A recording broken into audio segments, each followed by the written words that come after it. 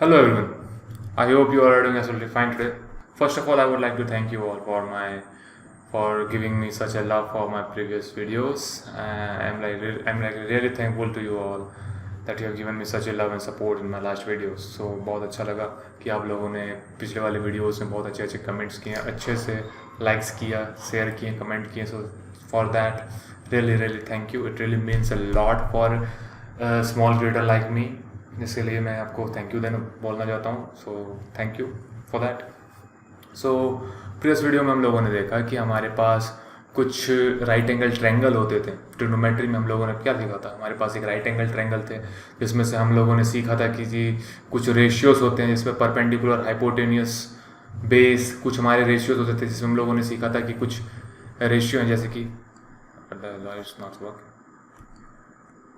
कुछ रेशियो होता था जैसे कि sine theta, cos theta, tan theta, cot theta, sec theta and cosec theta. हमारे पास कुछ रेशियोज होते थे. पिछले टर्म्स हम लोगों ने देखा था जिसे हम लोगों ने सीखा था कि वो ट्रिग्नोमेट्रिक रेशियो है. लेकिन आज का जो हमारा टॉपिक है वो एक स्पेसिफिक कंसेप्ट है. वो कंसेप्ट हमें ये बताता है कि एक रेशियो है, किसी भी रेशियो का अगर हमारे पास एक स्पेसिफिक एंगल हो तो उससे हम रिमेनिंग साइड्स को कैसे फाइंड आउट कर सकते हैं. समझ में आया कि आप लोगों को थोड़ा ये आउट ऑफ द लीग चलेगी, थोड़ा बाउंसर वाली बॉल थी ये. तो इसे समझने के लिए मैं एक छोटे से एग्जांपल मैं आप लोगों को देता हूँ कि पिछले वीडियो से हम लोगों ने क्या देखा कि हमारे पास एक राइट एंगल ट्रायंगल हुआ करता था. राइट एंगल ट्रायंगल में कोई भी एक साइड एक 90 डिग्री हुआ करती है होती है. हमें ये चीज़ जानते हैं. तो लेट्स टेक आवर वर्टेक्स भी ए, बी एंड सी. हमारे पास 3 वर्टेक्स हैं ए, बी एंड सी. अब इसमें हमारे पास किसी को भी हम लोग थीटा कंसिडर करते थे. लेट्स टेक हमारा एंगल सी, इसमें थीटा होता था. ठीक है. तो ये थीटा क्या होता है? What is this theta? ये जो थीटा होती है ये हमारी एंगल ऑफ एलिवेशन होती है. इस जैसे ये अगर ये थीटा हो गया तो ये 90 डिग्री है. अगर ये 90 डिग्री और ये थीटा एक ही लाइन में एडजेसेंट है तो ये क्या हो गया? ये हमारा बेस हो गया. ये हमारा बेस होता था. और इस थीटा के सामने वाला जो लाइन होता था ये हमारा क्या होता था? परपेंडिकुलर होता था. परपेंडिकुलर हुआ करता था. और ये हमारा हाइपोटेनियस हुआ करता था. ठीक है. और हम लोगों ने देखा था कि हमारे पास कुछ रेशियोज हुआ करते थे. जैसे कि ये रेशियो क्या होता है? एक रेशियो होता था कि हमारे पास परपेंडिकुलर का वैल्यू दे दिया गया है, बेस का वैल्यू दे दिया गया है, मगर हाइपोटेनियस का वैल्यू हमारे पास नहीं दिया हुआ होता था. तो हम लोग एक थ्योरम अप्लाई करते थे which was named as Pythagoras theorem. अगर आप लोगों को ये चीज़ें समझ में नहीं आ रही है तो प्रीवियस वीडियो में जाओ और उसे देख सकते हो. मैंने डिटेल में इसके बारे में एक अच्छी एक्सप्लेनेशन दे दी है. कुछ एक्सरसाइज के सॉल्यूशंस दे दिया है मैंने. तो आप लोग जाओ और उसे जाके देख सकते हो. सो अगर कोई डाउट हो रही है तो प्रीवियस वीडियोस में चले जाओ. प्लेलिस्ट बनी हुई है, आप जाके चेक कर सकते हो. और अगर समझ में आ रही है तो भी बने रहो इसी वीडियो में और आगे कंसेप्ट सीखने की कोशिश करो. तो ये देखो, अगर हमारे पास एक राइट एंगल ट्रायंगल है जिसमें से हमारे पास 3 साइड्स के नेम होते थे. जैसे कि एक होता था परपेंडिकुलर, एक होता था हाइपोटेनियस और एक होता था बेस. बेस हम उसे कहते हैं जिसमें से 90 डिग्री और एक कोई भी एंगल ऑफ एलिवेशन की यहाँ पे एडजेसेंट एंगल बनी हुई होती हो तो उसे हम कहते थे बेस. ये हमारा बेस हुआ. फिर ये हमारा है परपेंडिकुलर. परपेंडिकुलर क्या होता है? जो थीटा के सामने वाला, कोई भी एंगल के सामने वाला जो लाइन होता है उसे हम कहते हैं परपेंडिकुलर. और जो सबसे बड़ा वाला साइड है, जैसे कि ये देख रहे हो, इस राइट एंगल ट्रायंगल में सबसे बड़ा वाला साइड कौन है? AC. This is considered as hypotenuse. ये हमारा हाइपोटेन्यूज होता है. क्लियर है? हाँ भैया क्लियर है. आगे बताइए. तो हमारे पास पहले के रेशियोज में क्या होते थे? जैसे कि एक राइट एंगल ट्रायंगल दिया हुआ था. तो लो मैं एक रफली स्केच बना देता हूँ. ये हमारा एक राइट एंगल ट्रायंगल जिसमें से A, B एंड C है, जिसमें 90 डिग्री B पे थी. ठीक है. हाँ भैया. हमारे पास 3 और 4 ऐसे कुछ दिए हुए हैं रेशियोज. ठीक है. हमारे पास रेशियो दिया हुआ होता था और इसमें हमें फाइंड आउट करना होता था हाइपोटेनियस. क्लियर है? हाँ भैया समझ गए. और कुछ भी एंगल होता था, जो भी एंगल है उसे हम कंसिडर करके उससे हम लोग रेशियो फाइंड आउट करते थे. जैसे ये हमारा थीटा है, अगर जहाँ पे हमारा एंगल है तो हम उसी के कंसिडरेशन में एंगल C लेते थे. एंगल उसी के कंसिडरेशन में रेशियो निकाल देते हैं. जैसे यहाँ एंगल है तो ये एंगल C का वर्टेक्स है, तो sine C is equal to what? P/H. P/H होता था. अगर हमारे पास परपेंडिकुलर है, यहाँ तो परपेंडिकुलर का वैल्यू क्या हो गया? 3. हमारे पास परपेंडिकुलर दिया हुआ है मगर हाइपोटेनियस का वैल्यू हमारे पास है नहीं. तो हम कैसे फाइंड आउट करते थे? पाइथागोरस थ्योरम अप्लाई किया करते थे. पाइथागोरस थ्योरम क्या बोलता है? h² is equal to P² plus B². इसका मतलब ये हुआ कि h² is equal to root under P² plus B². वही कंडीशन हम लोग इस कंडीशन में अप्लाई कर सकते हैं। क्या हुआ, हमारा हाइपोटेनस निकालना है, H is equal to root under P क्या है हमारा, देखो 3 है, 3 का स्क्वायर प्लस बी का क्या है यहाँ पे 4 स्क्वायर, हटा सकते हो, H is equal to root under 9 plus 16, sorry 6 कैसे लिख दिया, 9 plus 16, now it will be considered as H is equal to root under 25। Now H is equal to what 25 का अगर हम लोग रूट निकालते हैं तो वो क्या बन जाता है 5 बन जाती है। ठीक है, तो हमारा हाइपोटेनस क्या हो गया, हमारा 5 हो गया। क्लियर है, हाँ भैया क्लियर है, आगे बताइए। तो देखो हमारा AC का वैल्यू फाइंड आउट हो गया और हम लोग उसे जस्ट रेशियो में सब्स्टिट्यूट कर देते थे, अरे हमारा हाइपोटेनस 5 हो गया, और हम लोग रेशियो में सब्स्टिट्यूट कर देते और बाकी रिमेनिंग रेशियोज के एंगल और वैल्यूज इसी तरह फाइंड आउट कर लिया करते थे। मगर अब इस रेशियो में, इस टॉपिक में हम लोग ये सीखने वाले हैं कि हमारे पास क्या होगा कि साइड्स उतने क्लियरली मेंशन नहीं किए हुए होंगे। जैसे कि एक राइट एंगल ट्रायंगल है, ठीक है, इस राइट एंगल ट्रायंगल में हमारा एक 90 डिग्री हुआ, एक होगा एंगल बना हुआ 90 डिग्री, और एक कहीं पे लो थीटा दे दिया, कोई भी एक एंगल दे देगा। ये हमारा एंगल, ये हमारा वर्टेक्स है, वर्टेक्स बी, वर्टेक्स सी। हम लोगों ने पहले देखा था कि हमारे पास ए बी का वैल्यू दिया होता था परपेंडिकुलर, और यहाँ पे हमारे पास कोई भी एक और एंगल दिया हुआ होता था, उसे हम एंगल को कंसिडर करते थे और उसी से हाइपोटेन्यूस पाइथागोरस थ्योरम लगा के किसी भी चीज़ों का, किसी भी रेशियो का लिविंग या तो फिर रिमेनिंग साइड का वैल्यू निकाल लिया करते थे। लेकिन अब क्या है कि हमारे पास क्या हुआ रहेगा कि एक साइड का वैल्यू दे देगा, सपोज इसका वैल्यू दे दिया गया है हमारे पास, लेकिन बाकी रिमेनिंग 2 साइड्स के वैल्यू हमारे पास नहीं दिए हुए होंगे। और हमारे पास क्या किया जाएगा कि एक एंगल जहाँ पे हमारे पास थीटा होता था वहाँ पे कोई डिग्री दे दिया होगा, किसी भी चीज़ का पर्टिकुलर डिग्री दे दिया गया होगा, और इस डिग्री के अकॉर्डिंगली हमें क्वेश्चंस बनाना और रिमेनिंग 2 साइड्स के वैल्यू निकालने होंगे। तो इसी तरीके का इस टॉपिक का बेसिकली मुद्दा यही है, कंसेप्ट यही है कि हमारे पास पहले के क्वेश्चन में क्या होते थे कि एक राइट एंगल ट्रायंगल हुआ करता था, राइट एंगल ट्रायंगल में इसके वैल्यू दिए हुए होते थे, हम लोग इसके वैल्यू निकाल लेते थे, ठीक है, with the help of Pythagoras theorem apply करके निकाल लेते थे। लेकिन अब क्या है कि हमारे पास सिर्फ एक वैल्यू दिया हुआ रहेगा, बाकी रिमेनिंग 2 साइड्स नहीं दिए हुए रहेंगे, और हमें बाकी रिमेनिंग 2 साइड्स को निकालना है किसके हेल्प से, इस एलिवेशन, इस डिग्री के हेल्प से। तो कैसे होने वाला है इसके कंसेप्ट मैं तुम लोगों को अच्छे से समझाता हूँ और अच्छे से इसी चीज़ को क्लेरिफाई करने की कोशिश करता हूँ। आई होप तुम लोगों को ये वीडियो पसंद आ रही हो। अगर पसंद आ रही हो तो देखो मैं प्रमोशन करना नहीं भूलता हूँ, बस सब्सक्राइब कर दो, अपने दोस्तों तक फैला दो, अच्छी बात हो, थोड़ी मेरी मदद हो जाएगी गरीब कंटेंट क्रिएटर की, ठीक है। तो इसी तरह अगर वीडियो पसंद आए तो प्लीज़ लाइक मार देना और कंसेप्ट समझने की कोशिश करो सबसे पहले। तो देखो यहाँ पे ऐसी चीज़ें हो रही है, ये 3 है हमारे पास दिया हुआ, लेकिन बाकी रिमेनिंग साइड्स नहीं दिए हुए हैं। तो हम लोग कैसे फाइंड आउट करेंगे, बस इसे स्पेसिफिक एंगल्स के वैल्यू रिप्रेजेंट करके। वो स्पेसिफिक एंगल्स होती क्या है, जैसे कि हम लोगों ने पहले पढ़ा था कि हमारे पास कुछ डिग्री होते थे, कुछ रेशियोज होते थे। जैसे कि कुछ रेशियोज है, थीटा है, ब्लू पे ब्लू अच्छी नहीं लगती, ग्रीन ले लेता हूँ, चलो ये देखो, जैसे हमारे पास थीटा होता था, साइन थीटा, कुछ रेशियोज थे, साइन कॉस, देखो राइम वर्ड याद हो गया तो बोलते जाओ मेरे से, साइन कॉस टैन, कॉपी लेके बैठो बाबू, नोट्स बनाना होगा, sine cos tan cot sec cosec, ठीक है। हाँ भैया क्लियर है, आगे बताइए। फिर एक होता था हमारा इसमें डिग्री क्या होता है, एक होता है 0 डिग्री। तो 0 डिग्री ये कि अगर साइन थीटा का वैल्यू, साइन थीटा की जगह साइन 0 हो गया तो उसका वैल्यू क्या होगा, हमें वो रिप्रेजेंट करना है। वो चार्ट ये चार्ट हमें वही बता रहा है, और इस चार्ट को हमारे NCERT में इतने डिटेल में दिया हुआ है कि हमें इसे याद करना होगा। आप लोगों के स्कूल में, आप लोगों के कोचिंग सेंटर्स में, अलग अलग जगह सर लोग यही बताते होंगे कि किस तरह हम इसे याद कर सकते हैं, ठीक है। तो याद करने से बेहतर मैं आप लोगों को एक सिंपल ट्रिक बताता हूँ, अगर समझ में आ गई तो बहुत अच्छी बात है। अगर याद कर पाते हो, याद करने की कैपेबिलिटी है तो अच्छी बात है, याद कर लो, कोई दिक्कत वाली बात है नहीं। क्योंकि मुझे तो याद नहीं होती थी, तो मैं छोटे मोटे ट्रिक्स फाइंड आउट करता था। तो वो देखो मैंने एक ट्रिक बनाया है इस चीज़ को लेके, मैंने पहले भी देखा था कि बहुत सारे ट्यूटर्स लोग इस ट्रिक को रिप्रेजेंट कर रहे हैं, तो मैं भी चाहता हूँ कि तुम लोगों को ये रिप्रेजेंट करके दिखा दूँ, ठीक है। तो जैसे यहाँ पे 0 डिग्री है, यहाँ पे देखो 30 डिग्री है, यहाँ पे ये 45 डिग्री दी होती है, यहाँ पे हमारे पास 60 डिग्री दी होती है, यहाँ पे 90 डिग्री दी होती है। क्लियर है, ये सारे रेशियोज के डिग्रीज दिए हुए हैं, सम स्पेसिफिक एंगल्स दिए हुए हैं कि बाकी जो ऐसे जो राइट एंगल ट्रायंगल होता है, ऐसे यार राइट एंगल ट्रायंगल तो ये तो 90 डिग्री फिक्स है, बाकी ये दोनों का एंगल क्या है, वो यही डिग्रीज है। ये दोनों एंगल के एलिवेशन है, इस बेस से इसका हाइपोटेन्यूस का क्या एंगल है, तो वही एलिवेशन ये है, डिग्रीज, ठीक है। हाँ ये क्लियर है, आगे बताइए। तो मतलब जब साइन थीटा, सब साइन 0 डिग्री है तो उसका वैल्यू क्या हो सकता है। ऐसे तो वैल्यू बहुत सारे हैं, सब चीज़ों को तुम अगर बुक में याद करोगे तो तुम्हें अच्छे से पता चल जाएगी कि इसका वैल्यू क्या है। लेकिन मैं इसका एक ट्रिक बताता हूँ तुम्हें कि इसे ईजिली हम लोग फाइंड आउट कर सकते हैं। कैसे, देखो मैं बताता हूँ। देखो क्या करो, हर जगह 4 लिख दो। सारे में कलर चेंज कर देता हूँ, हर जगह 4 लिख दो। पहले 4 लिखो, 4 4 4, सभी में 4 लिख दिया। हाँ भैया लिख दिया। अब सब में बाय करो, सबका न्यूमरेटर लिख दो।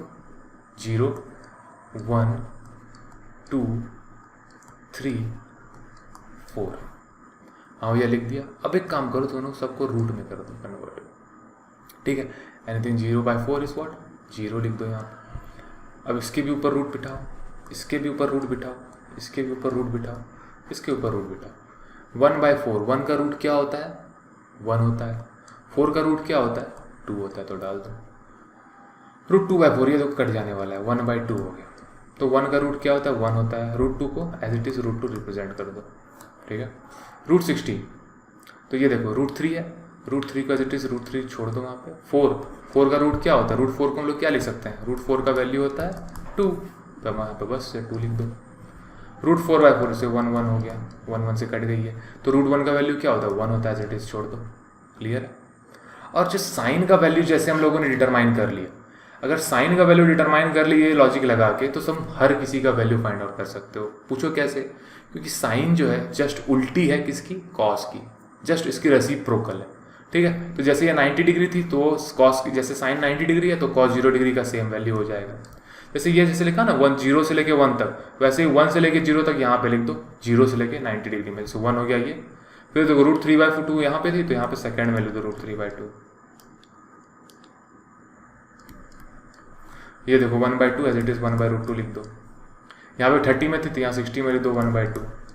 यहाँ पे 0 था तो यहाँ पे 0 लिख दो। देखो कुछ नहीं, बस उसका उल्टा है, रेसिप्रोकल है। तो देखो एक साइन का वैल्यू निकल जाएगा ना, तो तुम सभी का वैल्यू निकाल सकते हो। और साइन का वैल्यू कैसे निकलता है, इस ट्रिक को मैंने तुम लोगों को बता दिया, ठीक है। हाँ भैया बता दिया, आगे बताइए। तो tan थीटा का वैल्यू क्या हो सकता है, हम लोग जानते हैं कि tan थीटा का रेशियो क्या होता है। tan थीटा का रेशियो होता है sin theta by cos theta, ठीक है। तो sin थीटा का वैल्यू क्या है, 0 और y 1, तो 0/1 एनी नंबर 0/1 क्या हो जाएगा, 0 हो जाएगा, तो यहाँ पे 0 लिख दो।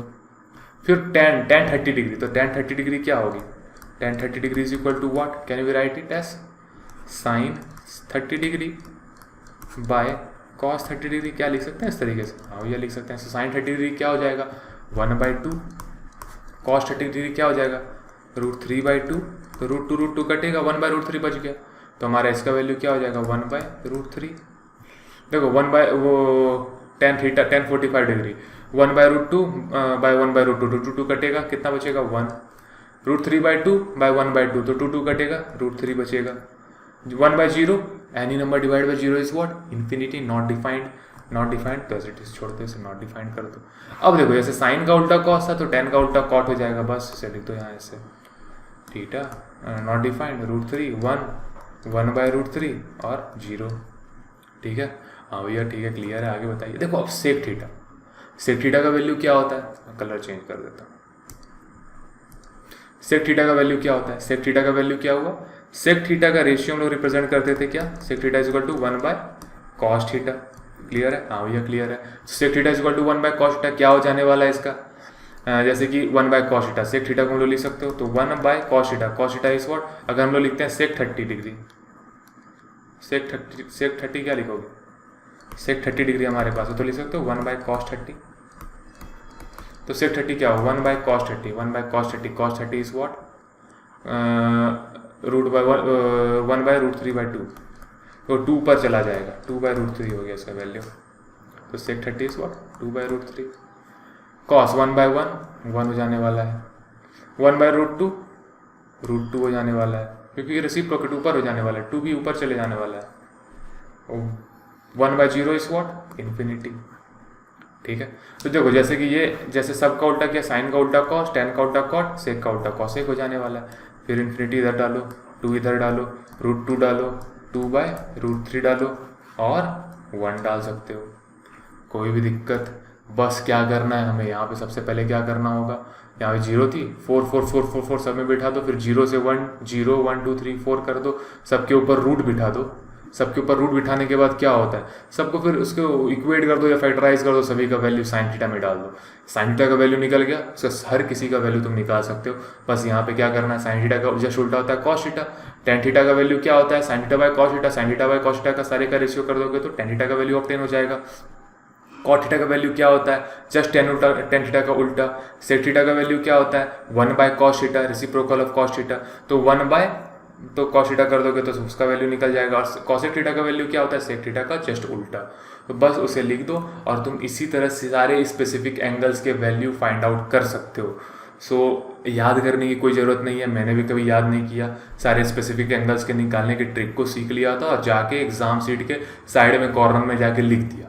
और लिखने के बाद जितने भी क्वेश्चन थे सभी डेटास को वहाँ पे रिप्रेजेंट कर दिया। इसमें लोड लेने वाली बिल्कुल भी बात नहीं है। सारी चीज़ों को देखो, एनालाइज करो और सभी क्वेश्चंस को बनाने की कोशिश करो। कैसे क्वेश्चंस बनते हैं मैं आप तुम लोगों को नेक्स्ट इस क्वेश्चंस में कुछ देर रुके रहो वीडियो में, अभी समझाता हूँ कैसे बनते हैं ये। तो देखो, in an angle A B C, in a triangle A B C, right angle at angle B, A B is equal to 5 centimetre and angle A C B is 30 degree, determine the length of side of B C and A C. देखो वही question आ गई, जैसे जो concept मैंने तुम लोगों को भी बताई थी कि एक राइट एंगल ट्रायंगल दिया हुआ रहेगा, हमारे पास वर्टेक्स दिया हुआ रहेगा ए बी एंड सी, ठीक है, और हमारे पास बी में 90 डिग्री बना हुआ है, एक राइट एंगल ट्रायंगल यहीं पे है। उसके बाद बोल रहा है कि ए C B is 30 degree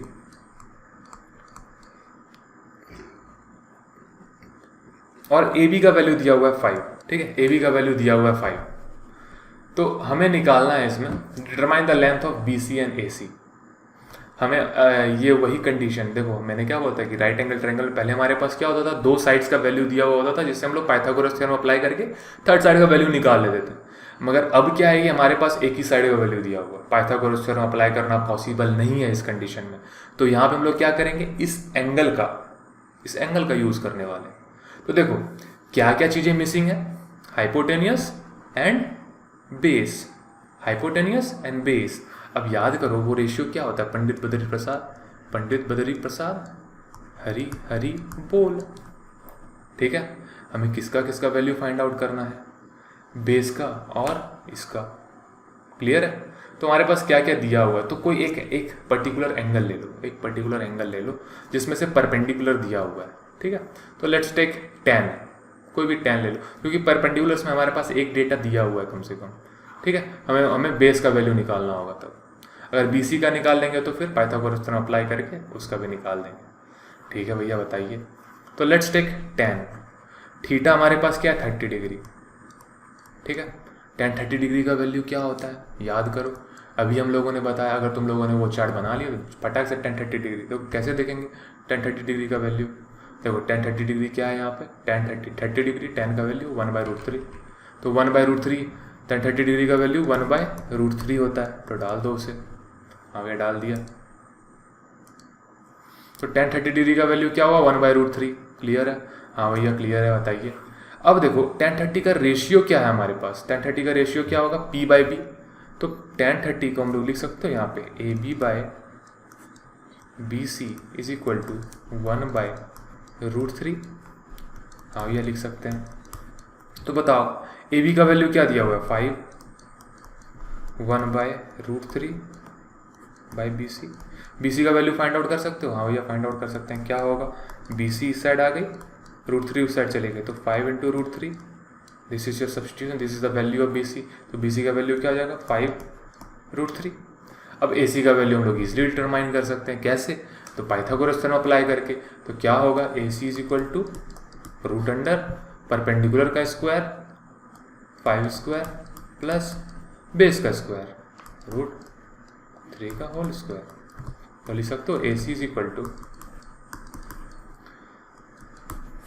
25 plus इसका स्क्वायर हो जाएगा हमारे पास 5 का और √3, तो 25 और √3 which will be like 375। AC will be what, AC will be like √100, AC is equal to what, 10. Therefore we can tell that the value of AC is 10 and BC is 5√3 and we can solve your question. तो ये हमारा question solve करने का तरीका है कि इस तरीके कुछ क्वेश्चन देंगे. Main objective of this topic is this only. ये हम लोगों को बता दिया गया है इस क्वेश्चन के थ्रू कि हमारा main objective of this topic क्या है. तो इस तरीके से हम लोग इसका वैल्यू फाइंड आउट कर सकते हैं. अगर हमारे पास एक साइड का वैल्यू दिया हुआ है तो remaining to value find out कर सकते हैं. कैसे? With the help of this degrees. Clear है? अब आगे क्या होगा बताइए. देखो कुछ और क्वेश्चंस देंगे तुम लोगों को कुछ इस तरीके से. ठीक है, तो इसे सॉल्व करने के भी बहुत अच्छे अच्छे तरीके हैं. तुम क्या करोगे, कुछ क्वेश्चन इस तरीके से दिया हुआ है. 1 is equal to sine 60 degree cos 30 degree plus 30 degree plus sine 30 degree and cos 60 degree. ठीक है, हाँ भैया क्लियर है. आगे बताइए. तो देखो तुम लोगों को इस तरह के क्वेश्चन दे दिए तो तुम लोग देखो, इसीलिए मैं पहले से बोलता हूँ कि कॉपी और कलम, पेन और बुक और कॉपी लेके बैठा किया करो. ये बैठने से क्या होता है ना, अभी तुम लोगों के पास अगर कॉपी और कलम होता तो अभी तक तुम लोग सभी डेटा को लिख लिए होते. जो मैंने अभी तक पढ़ाया सारे तरीके को लिख लिए होते. और सभी को लिखने के बाद अब बस इस क्वेश्चन में रिप्रेजेंट कर दो, इंप्लीमेंट करो उन सारे टॉपिक्स को, इन सारे डिग्रीज को. तो साइन 60 डिग्री का वैल्यू क्या होता है आराम से तुम बता सकते हो. क्या होता है? √3/2. तो इसे यहाँ लिख दो, साइन 60 डिग्री √3/2 इंटू, बीच में कुछ नहीं है तो इंटू कर दो, कॉस 30 डिग्री. देखो साइन 60 डिग्री और कॉस 30 डिग्री दोनों एक दूसरे का उल्टा है. तो क्या हो जाएगा? तो सेम हो जाने वाला. मैं कैसे बता रहा हूँ, जाके तुम चेक कर सकते हो इस रेशियो में. देखो sine 60 degree was √3/2, sine 30 degree is what √3/2. देख रहे हो? तो यहाँ पे भी √3/2 जाने वाली है. क्लियर है? हाँ भैया क्लियर है. कैसे? अब फिर देखो साइन 30 डिग्री क्या है, साइन 30 डिग्री क्या होती है, साइन 30 डिग्री का वैल्यू क्या होगा बताओ जाता हूँ. अभी तुम जाओ उस डेटा में देखो जो मैंने टेबल बनाने सिखाया, उस टेबल में जाके देखो और उसके वैल्यूज को बताओ. तो साइन 30 डिग्री क्या होगी बताओ. साइन 30 डिग्री विल बी 1/2 और कॉस 60 डिग्री व्हाट. देखो दोनों सेम है, साइन 30 का वैल्यू और कॉस 60 का वैल्यू सेम होता है. देखो जाके रेशियो में देखो, साइन 30 1/2, कॉस 60 1/2. देख रहे हो? हाँ भैया क्लियर है. बताइए. तो बस वहाँ पे भी लिख सकते हो 1/2. ठीक है, हाँ भैया समझ में आया. तो देखो √3 × √3 वॉज 3/2 प्लस 1/2. हाँ भैया क्लियर है. बताइए. बहुत मज़ा आ रहा है. मज़ा आने वाली बात ही है बाबू, ये बहुत ईजी चैप्टर है. देखो क्या करोगे, 2 एलसीएम निकालो, 3 + 1 कर दो, क्या हो जाएगा बाबू 4/2 हो जाएगा. तो काट दोगे तो बचेगा 2. This is your answer. कितनी ईजी चैप्टर. इससे ईजी कंसेप्ट पूरा ट्रिग्नोमेट्री में कुछ नहीं है. तो इससे 2 नंबर का क्वेश्चन तुम लोगों का आने वाला है. उम्मीद करता हूँ सॉल्व कर लोगे. नेक्स्ट वीडियो में तुम लोगों को इसके एनसीईआरटी के सॉल्यूशंस बना के मैं तुम लोगों को दे दूंगा. अभी तो बस कंसेप्ट क्लैरिफिकेशन है. ठीक है, तो क्या होता है उसमें तुम लोगों को डिटेल में बताने वाला हूँ.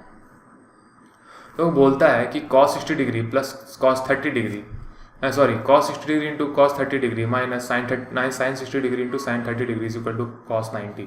फाइंड आउट करके बताओ उसका वैल्यू क्या है. देखो cos 60 डिग्री का वैल्यू, जाओ उस टेबल में देखो क्या है वो cos 60 डिग्री का वैल्यू बताओ. cos 60 डिग्री का वैल्यू होता है 1/2. फिर cos 30 डिग्री का वैल्यू क्या होता है √3/2 माइनस साइन 60 डिग्री का वैल्यू क्या होता है √3/2. साइन 30 डिग्री का वैल्यू क्या होता है 1/2. cos 90 डिग्री का वैल्यू क्या होता है, cos 90 डिग्री का वैल्यू क्या होता है 1. नहीं, cos 90 डिग्री का वैल्यू होता है 0. जाओ रेशियो देखो उसमें टेबल में. पेन चेंज करता हूँ. फिर क्या होगा √3/4 माइनस √3/4. देखो जाहिर सी बात है, एलसीएम निकालो 4. तुम्हारे पास क्या हो जाएगा √3 माइनस √3. ये कटेगा, बचेगा 0/4. एनीथिंग अगर न्यूमरेटर तुम्हारे पास 0 है, डिनोमिनेटर कुछ भी है, तो फिर वो उसका वैल्यू 0 हो जाता है. That's all. फिर एक क्वेश्चन दिया हुआ है. देखो मैं बस कुछ एग्जांपल्स को बता दे रहा हूँ, कुछ तरीके बता दे रहा हूँ कि कैसे डिग्रीज को इस इक्वेशन में रिप्रेजेंट करना है और किस तरीके से हम लोग किसी क्वेश्चन के वैल्यू को फाइंड आउट कर सकते हैं, किसी क्वेश्चन के आंसर को फाइंड आउट कर सकते हैं. तो अभी तो बस इतना देख लो. नेक्स्ट वीडियो जो कल आने वाली है उसमें तुम लोगों को फुल सॉल्यूशन ऑफ एनसीईआरटी मिलने वाली है. तो देखो मैं तुम लोगों के लिए रेगुलर इस तरह के वीडियो बनाता रहूँ, इसलिए please do like, subscribe and share our channel, जिससे तुम लोगों को इस तरह की इंगेजिंग वीडियो में रोज़ बना के रिप्रेजेंट कर सकूँ. सच्ची एक मोटिवेशन मिलती है और एक बहुत ही अच्छा मोटिवेशन मिलता है जब तुम लोग उसे लाइक करते हो, अच्छे अच्छे कमेंट करते हो। तो so thank you very much for that. जितने भी प्यार तुम लोगों ने मेरे प्रीवियस वीडियो में दिया है, इस वीडियो में भी उसी तरह प्यार बनाओ और वीडियो को शेयर कर दो। देखो अब क्या होता है कि tan 60 डिग्री और tan 30 डिग्री, tan 60 डिग्री का वैल्यू क्या होता था बताओ? कुछ नहीं, जाना है रेशियो में जाके देखना है। tan 60 डिग्री का वैल्यू क्या होता था बताओ? tan 60 डिग्री का वैल्यू होता है √3। tan 60 डिग्री का वैल्यू क्या होता है √3 माइनस tan 30 डिग्री का वैल्यू क्या होता है 1/√3 बाय 1 प्लस tan 60 डिग्री का वैल्यू क्या होता है √3 into 1/√3 is equal to tan 30 degree का वैल्यू क्या होता है 1/√3। ठीक है, हाँ भैया आगे बताइए।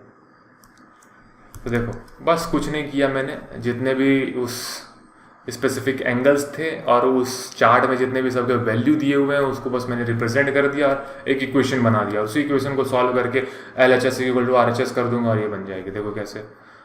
इसका हम लोग क्या करेंगे, LCM लेंगे √3।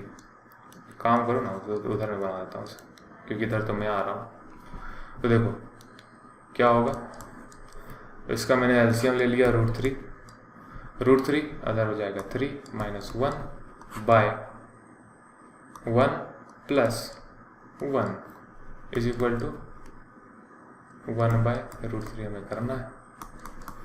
तो देखो इधर 2/√3 हो गया, बाय 2 हो गया, इज इक्वल टू 1/√3 हो गया। ये 2/1 लिख सकते हो इसे, 2/√3 इंटू 1/2 लिख सकते हो इसे। ठीक है, क्या बचा हमारे पास 1/√3। तो अब लिख सकते हो हम लोग 1/√3 is equal to 1/√3 and LHS is equal to RHS। समझ में आ गई भैया? नहीं समझ में आई? यहाँ पे 2/√3 इंटू 1/√2 कैसे हुआ? देखो एक फॉर्मूला होता है A/B बाय C/D और वी कैन राइट इट ऐसे A/B डिवाइडेड बाय C/D। तो हम लोग जब डिवीजन से मल्टीप्लिकेशन में कन्वर्ट करते हैं तो A/D इंटू D/C हो जाता है। ये बस इंटरचेंज हो जाती है, न्यूमरेटर डिनोमिनेटर इंटरचेंज हो जाती है। तो बस मैंने उसी वही चीज़ किया इस इक्वेशन में और इसे यहाँ पे रिप्रेजेंट करके 1/3 फाइंड आउट कर ले। तो 2 कटा तो बचा 1/3, 1/3 इज इक्वल टू 1/3 यहाँ पे कर दिया यहाँ तक और इसे LHS equal to RHS prove कर दिया। इसी तरीके से सारे कंसेप्ट 1 by 1 तुम लोगों को आने वाले हैं, इसी क्वेश्चंस आने वाले हैं इसी तरीके के। NCERT में कुछ क्वेश्चंस दिए हैं इस तरीके के, मैं तुम लोगों को कल उस टॉपिक के ऊपर वीडियो बना के दे दूंगा। I hope you like this video. So अच्छे से रहो, क्वेश्चंस बनाओ, इंजॉय करो और बस फोड़ दो इस बार मैथ्स को। ठीक है, I wish you all the best for your upcoming exams. शायद तुम लोगों को एग्जाम्स के डेट मिल चुके हैं जो कि नवंबर 30 से होने वाली है। अगर चाहते हो कि उसके ऊपर मैं वीडियो बना के दूँ डिटेल में तो you can comment it down. अगर तुम लोगों को डेटा मिल चुकी है तो फिर जानते ही हो इस चीज़ों के ऊपर वीडियो बनाने से क्या फ़ायदा। ठीक है, so thank you, have a great day. मिलते हैं फिर अगले वीडियो में। Thank you.